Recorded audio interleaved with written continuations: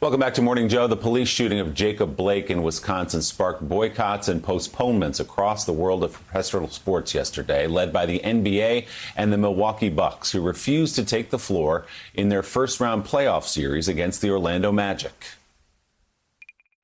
The past 4 months have shed a light on the ongoing racial injustices facing our African-American community. Citizens around the country have used their voices and platforms to speak out against these wrongdoings.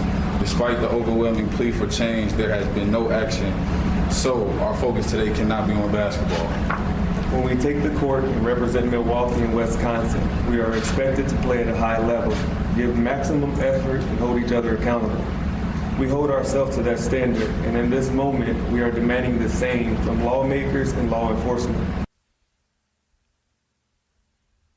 The Bucks team reading a statement there. The move, which prompted the NBA to postpone all three playoff games scheduled yesterday, comes with the support of the Bucks owners, even though they did not know about it beforehand, while the team's senior vice president put out a statement on Twitter reading, quote, "Some things are bigger than basketball. The stand taken today by the players and organization shows that we are fed up. Enough is enough. Change needs to happen. I am incredibly proud of our guys, and we stand 100% behind our players, ready to assist and bring about real change."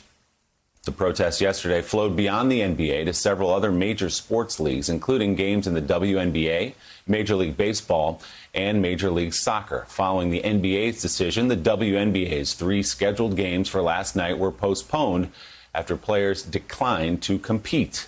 Baseball games between the Cincinnati Reds and Milwaukee Brewers in Milwaukee, Seattle Mariners and Padres in San Diego, and Los Angeles Dodgers and the Giants in San Francisco were called off hours before they were set to begin.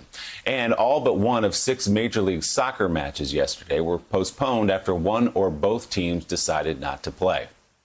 The NFL's Washington football team confirmed last night it has canceled today's scrimmage at FedEx Field to allow for a time of reflection. And tennis star Naomi Osaka says she will not compete in today's semifinal match at the Western and Southern Open, citing her position as a black woman in a majority white sport. Let's bring in Mike Tirico of NBC Sports. Mike, good morning. It's great to have you with us today.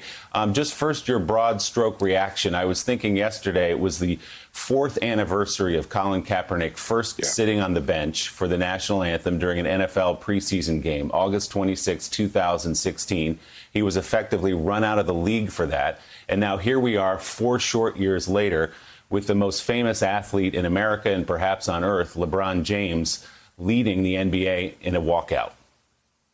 Yeah, Willie, great to be at the table with all of you this morning. It is so stark, the reality of the impact of what you just said. This is across sports. This is not one NBA team that plays in Wisconsin saying we're not going to play. This spread through all of the players there in Orlando in the bubble.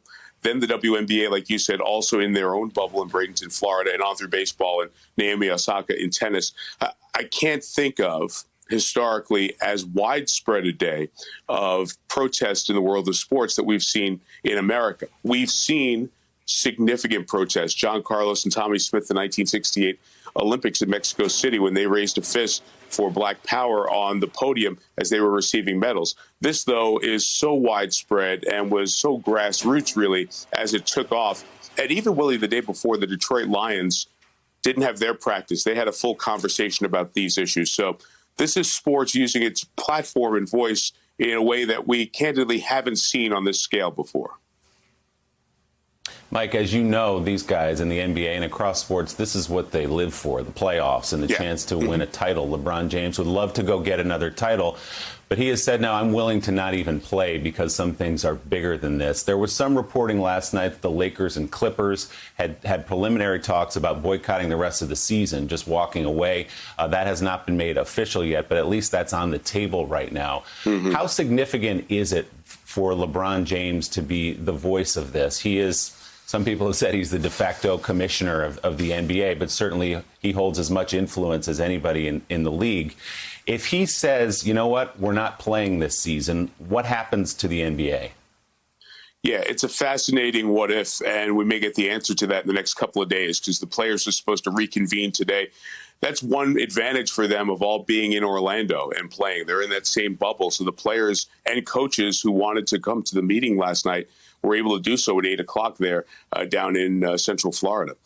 To the LeBron point, Willie, we all are fans of sports. I know you are as well. And we think of Michael Jordan's reticence to take a stand in a political race because, as he was advised, Republicans buy shoes as well. Charles Barkley talking about not being a role model.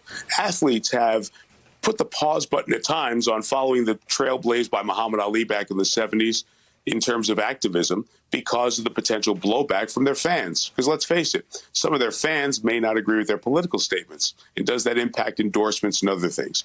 I think a couple of things have changed.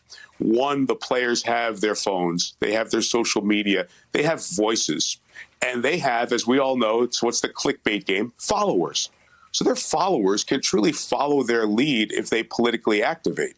And then secondly, I think the amount of money the players are making, they're not going to be potentially impacted forever by a stand they may take in the post-Colin Kaepernick world. That's only 4 years ago, as you said. So I think you put those things together, it gives them the recipe to make statements like this. And if they don't go on with the NBA season, there'll be next season in their minds. Guys didn't feel that before. Thanks for checking out MSNBC on YouTube, and make sure you subscribe to stay up to date on the day's biggest stories. And you can click on any of the videos around us to watch more from Morning Joe and MSNBC. Thanks so much for watching.